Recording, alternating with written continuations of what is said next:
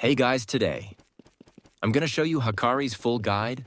First, let's start with the special counter. By pressing R, the user protects themselves with two shutter doors. If struck during an active counter, they will burst through the doors, repelling the enemy. However, if hit by a projectile or throwable object, the doors will merely shatter. It deals 2.5 damage and has a 12 seconds cooldown. Now let's continue. With the first move, Reverse Balls, the user flicks a small white projectile. If the enemy is close, it causes ragdoll effects. If the enemy is not nearby, the projectile will stun the target and inflict minor damage.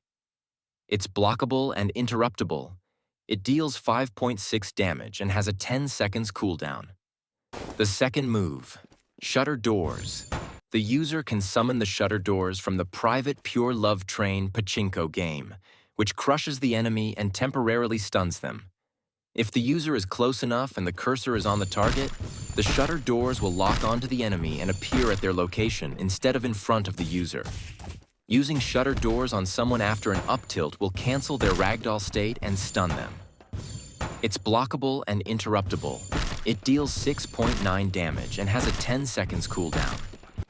You can also use both reverse balls and shutter doors.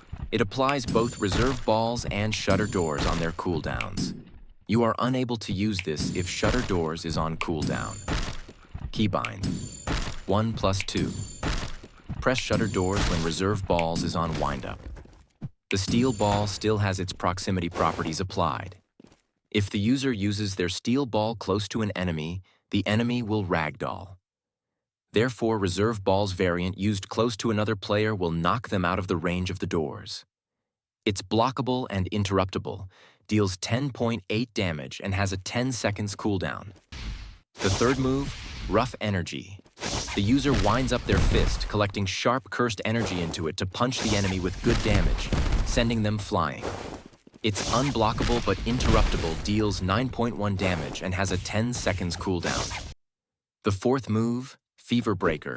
The player delivers a kick with a small projectile, with very little range, that propels the opponent toward two shutter doors, then executes a follow-up kick that sends them soaring. This technique can circumvent ragdoll effects following an up tilt, though the opportunity to do so is extremely brief. It's blockable and interruptible, deals 12 damage and has a 15 seconds cooldown. You can also use shutter doors with uppercut. Same goes with Fever Breaker. A simple combo would be like this. Front dash, 3M1S with uppercut. Shutter doors, 3M1S with uppercut. Fever Breaker. And look back, reverse balls, front dash, 3M1S with uppercut, rough energy. Now let's go to the ult, the domain, Idle Death Gamble. Upon activating their awakening, the user's domain is opened, initiating a cutscene. Text appears at the top left, detailing the domain's mechanics. Once the cutscene concludes, all players can freely move and execute moves within the domain. Reserve balls, shutter doors, Fever Breaker, and special counter R qualify as visual moves. Utilizing two visual moves triggers a Richie scenario. Success leads to the jackpot state. Failure necessitates a retry. Transit card Richie. In this scenario, T is walking towards a train checkpoint. If DZ passes through the train checkpoint, you will enter your jackpot state. If DZ flies away, then you must retry. Travel Emergency Richie. In this scenario, DZ is running to his gate. If DZ goes in, you will enter your jackpot state. If DZ falls down, then you must retry. If a user hit the jackpot on attempts 1, 2, or 3, the awakening period will be 1 minute and 41 seconds long. If a user achieves the guaranteed jackpot on the 4th attempt, the awakening will only last for 50 seconds. If the user rolls an odd-numbered jackpot, such as 777, the subsequent Idle Death Gamble will feature an increased probability. If a player rolls an even-numbered jackpot, such as 666, the subsequent Idle Death Gamble will be faster. Now to the Awaken moveset. While in the jackpot state, the infinite cursed energy provided by the domain causes the user to reflexively employ the reverse curse technique, healing them whenever they sustain damage. Essentially, this renders them immortal. However, the awakening bar is depleted each time the user heals. During the awakening, the song "Tripping on Love" by Ashley Collins and Janie Bennett plays. The user can be defeated, although it needs to be enough damage to kill in a few seconds, like 2 hollow purple or getting knockout of bounds. After the awakening concludes, 50% of the awakening is instantly regained if the user did not die during their awakening.